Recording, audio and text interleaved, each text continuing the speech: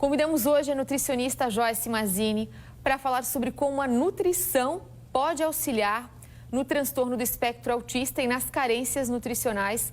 Comportamentos como sono, irritabilidade, hiperatividade são desenvolvidos por quem tem esse tipo de situação, né, de doença. Joyce, bom dia, seja muito bem-vinda. Vamos falar um pouquinho sobre esse tema, então. Oi, Monique, bom dia. Pouco falado, né? Pouco falado, né? Quando a gente vai falar sobre o TEA, que é o transtorno do espectro autista, a gente acaba falando muito na relação de comportamentos, porque o transtorno do espectro autista impacta num déficit, né? Numa diferenciação neurológica.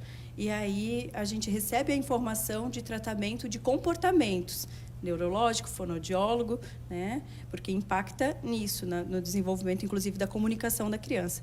E pouco se fala sobre a nutrição, que é, na verdade, que nutre, né, o corpo dessa criança.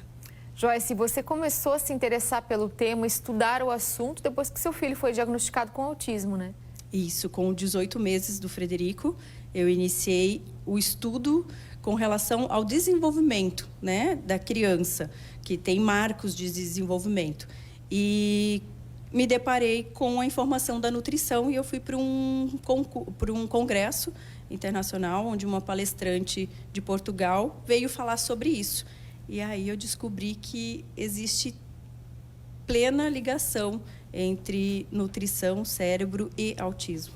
Então, a gente vai entender um pouquinho melhor hoje. Tem a criança típica e a criança atípica, né, Joyce? Qual que é a diferença, então, de uma criança típica para uma criança atípica com autismo? Então, quando a gente usa, né, o termo uma criança normal e uma criança com autismo, esse termo não é mais utilizado. E sim uma criança típica que tem processos típicos de desenvolvimento e uma criança atípica, que sai um pouquinho da régua do desenvolvimento infantil, e é até através disso que é feito alguns protocolos para investigar, né, o desenvolvimento ou ter o TEA, transtorno do espectro autista. A diferença fisiológica de uma criança com TEA e de uma criança sem TEA impacta em parte neurológica, que é o marco de DNA, e implica em situações fisiológicas, que é onde entra a nutrição, inclusive, que é alteração gastrointestinal, onde pode acontecer disbiose, inflamação intestinal, hipermeabilidade e sensibilidades ao desenvolvimento de alergias, de não ter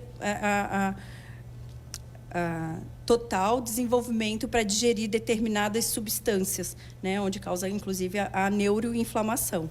Como que a nutrição, então, ela pode auxiliar nisso?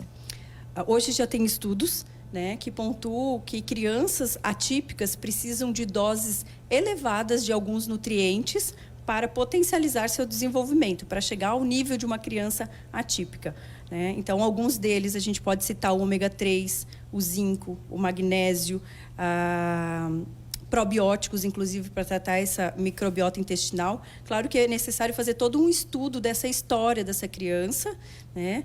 Mas vitaminas e nutrientes antioxidantes, que inclui aí vitamina A, vitamina C, vitamina E, a própria vitamina D. E aí, como fazer, então, no caso daquela criança que é considerada seletiva, né? Que não se alimenta, come pouco, come mal? Então, Monique, olha só. Se eu falo que uma criança atípica tem tendência a ter mais desnutrição por conta desse processo intestinal, né? E um pouco de desordem neurológica, falando de uma criança que come de tudo. Imagina uma criança que tem uma dificuldade em se alimentar ou que come poucos alimentos. A gente tem uma barreira, a gente se depara com um problema um pouquinho maior, né? Porque aí existe sim uma desnutrição, às vezes uma desnutrição severa para ser tratada.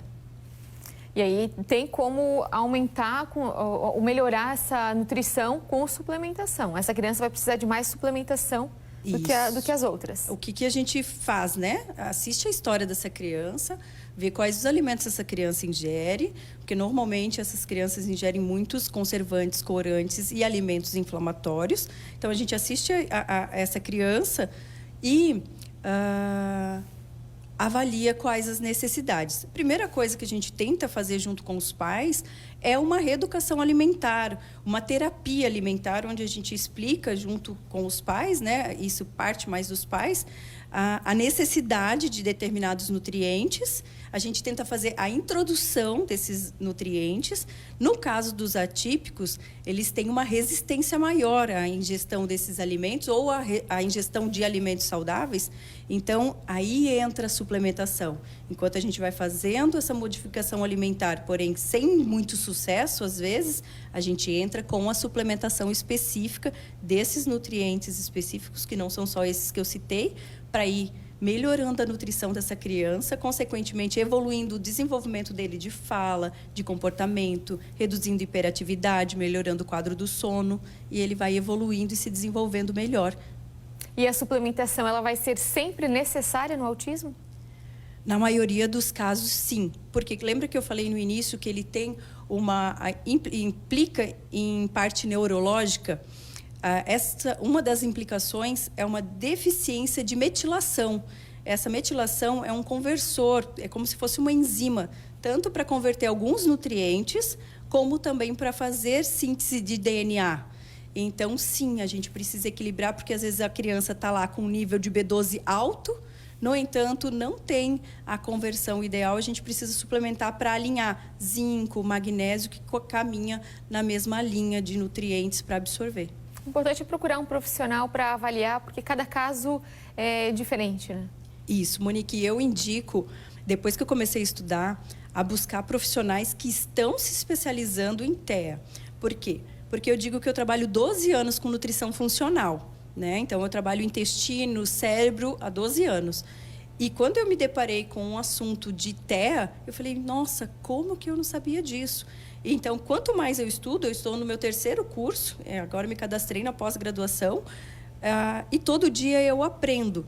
Então, uma nutricionista que não esteja capacitada, formada para estudar cada marco desse desenvolvimento e entender como funciona essa parte genética de DNA do autista, não vai conseguir fazer as intervenções necessárias.